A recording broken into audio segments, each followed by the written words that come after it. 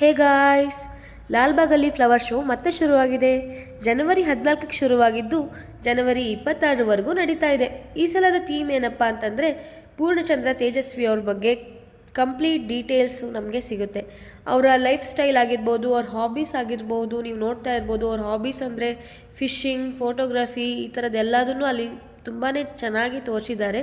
Flowers ಅಂತೂ ನೀವು ಕೇಳೋದೇ ಬೇಡ, ಎಷ್ಟು ಕಲರ್ಫುಲ್ ಆಗಿತ್ತು, ತುಂಬಾ ಚೆನ್ನಾಗಿತ್ತು.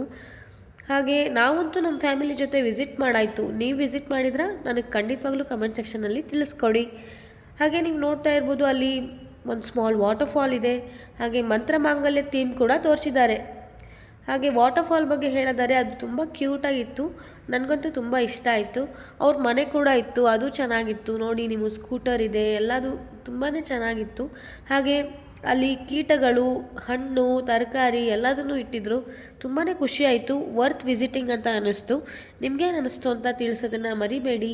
Thank you for watching.